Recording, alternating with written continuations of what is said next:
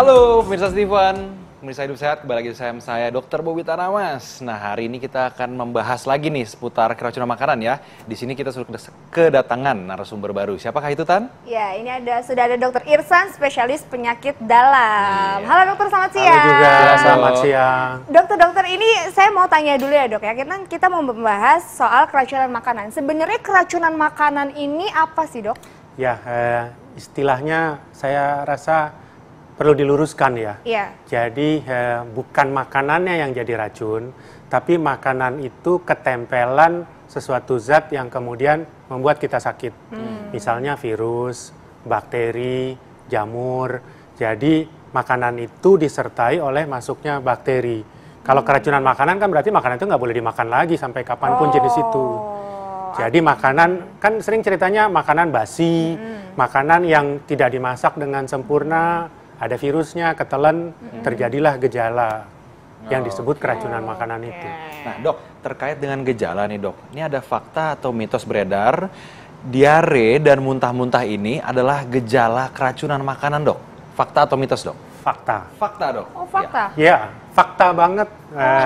Jadi bahasa medisnya, fakta banget, ya. Bahasa medisnya keracunan makanan itu adalah gastroenteritis. Yes. Gastro itu asalnya dari gaster, artinya lambung. Enteritis itu usus. Kalau lambung kena serang oleh tadi kuman dan sebagainya, dia ngebalik ke atas, jadi muntah.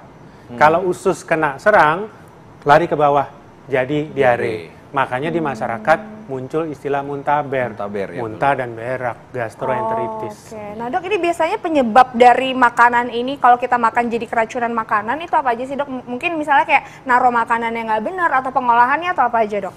Ya, sebetulnya bukan makanannya ya, tapi sesuatu yang menempel di makanan itu.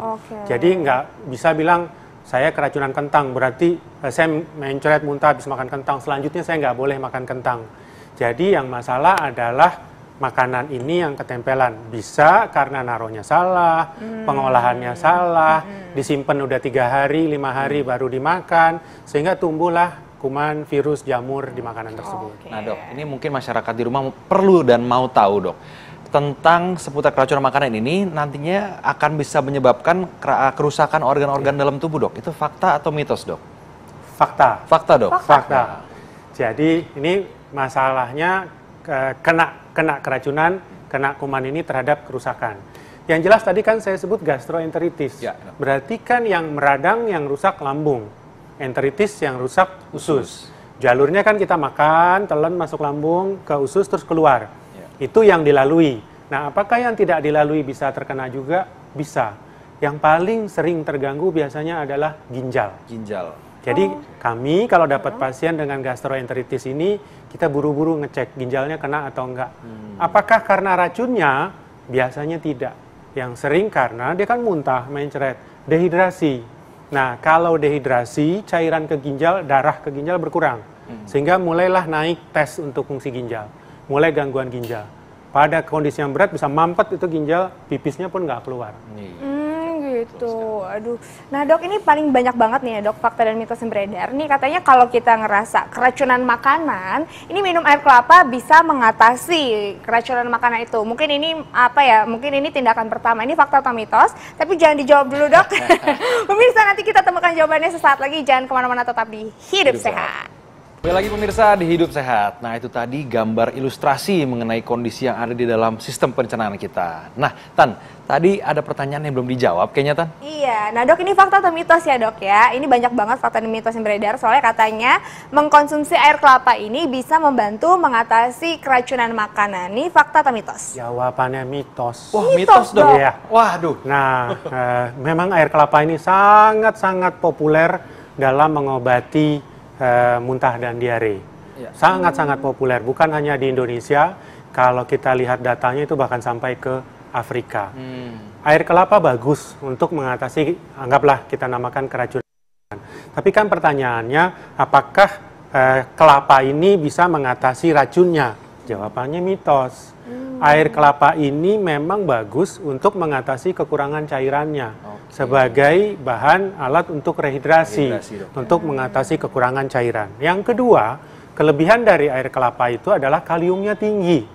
kalium di air kelapa itu bahkan lebih tinggi daripada oralit, lebih tinggi daripada pisang. Jadi kalau lagi mencret makan pisang atau air kelapa gitu. Jadi memang kaliumnya tinggi. Orang dengan muntah dan diare, kalium itu akan keluar bersama muntah dan diarenya. Sehingga terjadilah hipokalemi, badan lemes rasanya. Sehingga kalium ini harus segera diperbaiki. Kalau nggak diperbaiki, jantungnya jadi terganggu iramanya. Sehingga bisa meninggal karena gangguan jantung. Dok, itu kan tadi seputar kelapa nih dok. Gimana kalau misalnya susu dok? Kan ada anggapan di masyarakat juga minum susu itu dapat menetralisir. Mungkin dari bahasa kita mungkin bilas lambung kali dok ya? Iya. Nah ini fakta atau mitos nih dok? Ini mitos juga. Mitos juga dok? Oh, Mitos juga. Oke. Tidak ada bukti bahwa susu bisa menetralisir racun atau kuman yang masuk. Memang ada kebiasaan kalau orang makan sesuatu yang tidak diinginkan lah, terminum misalnya pencuci WC atau apa, terus diminumin susu supaya dia muntah. Bukan untuk menetralisir racunnya.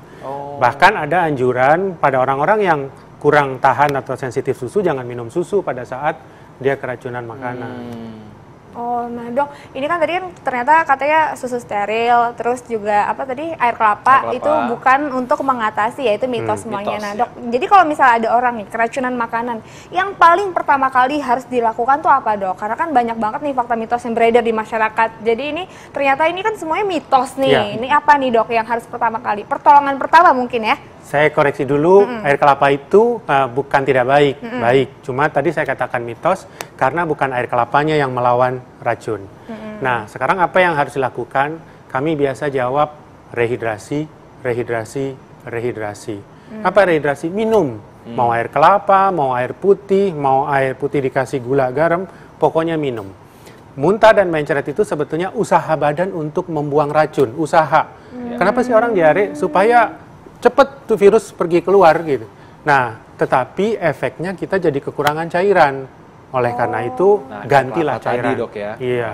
Oh, nah dok ini berarti kalau orang-orang yang habis dibilang keracunan makanan terus jadi diare dan muntah itu ternyata efek bagus badan yang langsung kayak mendeteksi wah harus ngeluarin racunnya itu. Iya, oh, betul. Berarti tapi memang ada batasannya ya dok. Itu yang bikin jadi berbahaya ya. Betul sekali. Ya. Nah dok, tapi terkait dengan ini dok, ada juga fakta dan mitos nih dok. Katanya jangan konsumsi obat mual kalau lagi keracunan dok. Nah, fakta atau mitos dok? ini mitos. Itu mitos lagi dok? Mitos. Tiga Banyak kali mitosnya hari mitos ini. semua. Nah, ini pertanyaan bagus atau pernyataan yang bagus. Kelihatannya memang benar. Kan tadi saya bilang usaha badan untuk buang racun. Kalau kita minum, jangan-jangan dari berhenti terus nggak keluar kumannya. Ya kan? Jadi biarin aja itu keluar. Tidak, kita kadang-kadang butuh. Kalau muntahnya hebat, siapa sih yang mau tiap 5 menit muntah, 5 menit muntah, ke WC tiap 10 menit, di stop pakai obat itu. Nah, makanya obat itu butuh perhatian resep dari dokter. Karena dokter yang bisa menghitung kapan diberikan 1 tablet, kapan 2 tablet. Karena kalau minum sendiri kok belum berhenti ya, minum lagi, berhenti diarenya, terus perutnya kembung. Nah, itu yang saya katakan boleh diberikan, tapi dengan pengawasan. Oke, dengan pengawasan ya. Jadi harus ada pengawasan dan juga perhatian. Tapi bukan cuma obat doang dok yang butuh perhatian. Intan juga butuh perhatian dok. Ini saya tunggu-tunggu dari tadi Intan akhirnya berbicara seperti ini.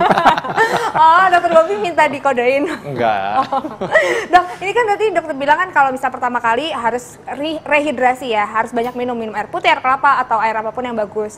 Nah, tapi kapan nih dok? Waktu ini adalah sinyal waktu kita sudah harus periksa ke dokter nih dok. Ya, bagus. Dehidrasi itu ada ringan, sedang, berat. Ya, dehidrasi ringan paling berasa lemes saja. Tapi kalau sudah ngangkat tangan pun udah nggak kuat, kulit keriput, suara serak, lidah kering, itu sudah sedang sampai berat. Itu harus ke dokter. Pokoknya yang mengancam adalah dehidrasinya. Jangan memaksakan dalam kondisi dehidrasi di rumah saja. Harus ke dokter. Mungkin perlu diinfus. Oh gitu. Jadi itu pertolongannya emang ada di infus atau apapun yang mungkin dari dokternya dok. Karena tiap dia minum keluar, ya harus pakai infus. Iya. Terima kasih Dokter Irsa atas penjelasan Terima kasih yang dokter. edukatif dan informatif ya dok. Iya, ini udah ada suara-suara ini berarti udah 1 jam ya kita menemani Udah nggak pemirsa terasa ya 60 menit kita menemani pemirsa di rumah. Iya, jangan lupa untuk terus saksikan Hidup Sehat setiap Senin sampai Jumat jam 1 sampai jam 2 siang hanya di TV One.